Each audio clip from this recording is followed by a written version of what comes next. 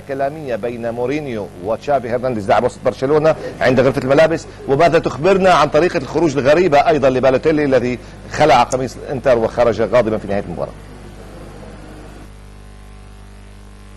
أيمن، يمكن القول بداية أن بالوتيلي نغص على إنتر فرحته الكبيرة بهذا الفوز الكبير والمستحق بطبيعة الحال على برشلونة. فوز وضع الفريق الإيطالي في مكان ممتاز قبل الوصول إلى المباراة النهائية، لكن على مستوى الذي حصل بين مورينيو وكشافي، عندما خرج كشافي كان مورينيو ينتظر الجميع يسلم على بعض لاعبي برشلونة هو يعرفهم.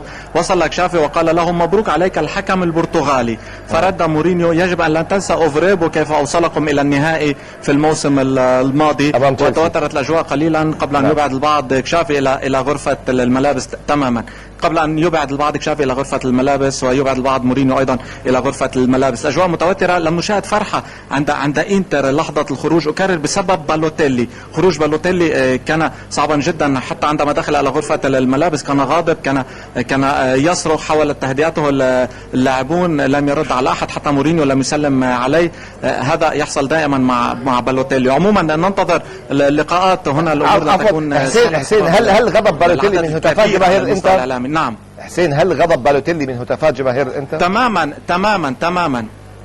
تماما الغضب هو من هتافات جماهير الانتر. اخطأ بالوتيلي في اكثر من كرة، الجمهور هتف ضده. نعم. طيب حسين ياسين، ننتظر منك مزيدا تفاصيل.